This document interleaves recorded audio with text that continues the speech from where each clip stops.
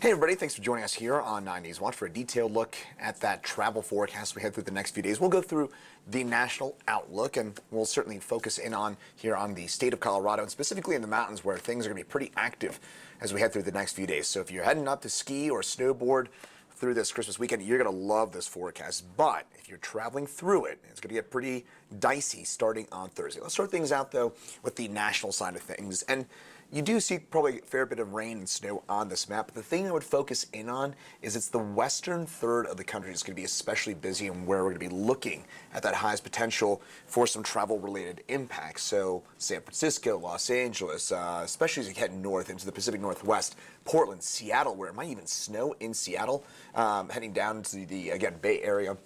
That's where you're going to be looking at that high potential for travel-related impacts. The eastern two-thirds of the country, we should be pretty much okay. We do have a little bit of rain. It's a fast-moving system that'll be mainly Thursday and Friday that impacts the Great Lakes and a lot of the Big Ten states out there in Ohio, Indiana, Illinois, Wisconsin, Michigan. But again, I would just say that overall that the eastern two-thirds of the country, pretty low travel impacts. Even that rain that you're looking at probably won't disrupt you all that much, maybe a few delays. It's the western third of the country where we could be looking at more of that. Now, been going through this last few days, I want to kind of emphasize the fact that a white Christmas definition means that you need to have an inch of snow on the ground on Christmas morning. In Denver, our odds of that this year are probably about 0%. I might be generous and give it 2 or 3%, but again, our chances of this are basically nil. Now, traditionally, we got about a 38% chance of that, and for snowfall on Christmas Day, about 14%, but that number has decreased in recent years. Here's how it's shaken out, though, as we head through the next little while, and the kind of overview about our Christmas travel forecast. Denver today, probably getting up to 60 degrees. Yes, it is officially the first day of winter. We had the winter solstice that officially took place at 8:59 a.m. this morning, which means, by the way, that today is our shortest day of the year on the positive side. Today's a good day to have a bad day because, well, it's not that long of a day. So I guess that's one way to think about it. But we do have a lot of mountain snow that is headed our way. That is great news. We do need the snowpack. We're going to put a very good dent into that as we head through the some of those snowpack deficits.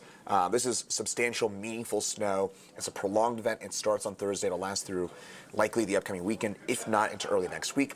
There's a chance for a spot rain or snow shower in Denver. The best chance will probably be Thursday night into Friday for that here in Denver, but that chance looks pretty isolated. We won't really know how much rain or how much snow we could be looking at really until we get to about Thursday because of the fact that it's these very localized jet stream induced bands, and these produce these kind of very narrow little slivers of rain and snow. They're hard to forecast, especially this far out. So just know there's a chance for a rain and snow shower in Denver.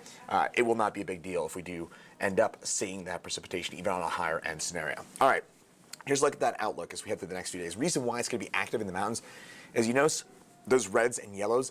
That's indicating the jet stream and the strongest winds from the jet stream.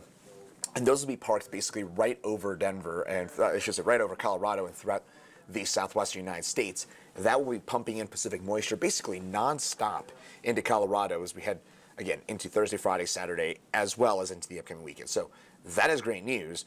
The, I suppose, issue with that is that'll lead to some pretty strong winds in the mountains, and that will lead to certainly travel woes in the mountains as well. So we've got that double-edged sword. We want the snow, but of course, if you're traveling to get to the mountains or through the mountains, you will be looking at some of those issues. But today, tomorrow, no issues whatsoever, and Thursday morning should be okay.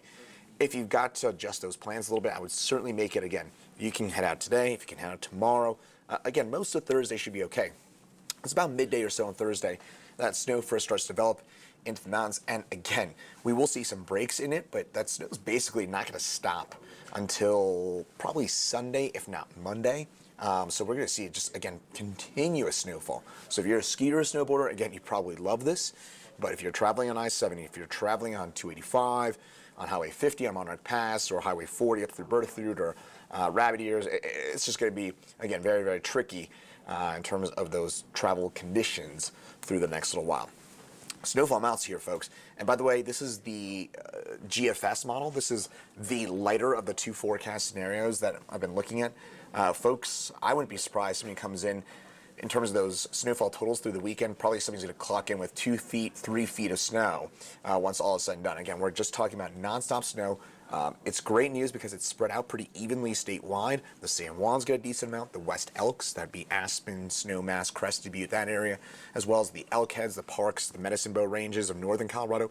Everyone gets in on it, and a healthy amount of it as at that. Now, of course, here on the Front Range, in the urban corridor, we're in the snow shadow. We're getting the lee on the lee side of the Rockies, so that means we get those downsloping, those drying, and those warming winds. So, yeah, we get shut out here in Denver along the urban corridor, but we do get those warmer temperatures. And again, I've been emphasizing this repeatedly, is that it matters. The rain and snowfall really does matter more into the mountains, and that snowfall in particular really matters a lot more into the mountains. Denver, we are certainly in a drought. We do have increased fire conditions for your day today. My colleague, meteorologist Lauren Robinson, will have more on the day-to-day forecast coming up at 9 News at noon, and also Chief Meteorologist, or I should say actually, it's Meteorologist Danielle Grant, who will be in at 4, 5, 6, 9, and 10 tonight with, again, more details on the increased fire danger and the day-to-day forecast. But again, in terms of those travel conditions, yes, you do see that rain and snow on Friday. It will not impact you. If you're heading out on Christmas Eve, I would not anticipate any delays in Denver. We should be okay as we head through the next little while. So again, travel issues should be limited. That is the good news. But if you are heading up into the mountains or you're heading to the West Coast, that's where you could be looking at some of those dicier conditions. So hopefully it gives you a pretty good synopsis of how to plan around it. Again, the snow starts up late Thursday morning, probably around noon or so in the mountains, but it'll really start to pick up later on the day. So again, if you've got the ability to maybe bump things up a little bit on Thursday, that would be best. And then also, again, that snow is not going to stop through the next little while. So just keep that in mind if you're heading on up into the mountains this weekend. That'll do it for now. I'm 9 News meteorologist Chris Bianchi here on 9 News Watch. Have a great rest of your day. And again, meteorologist Lauren Robinson has your details on your day-to-day forecast coming up at 9 News at noon.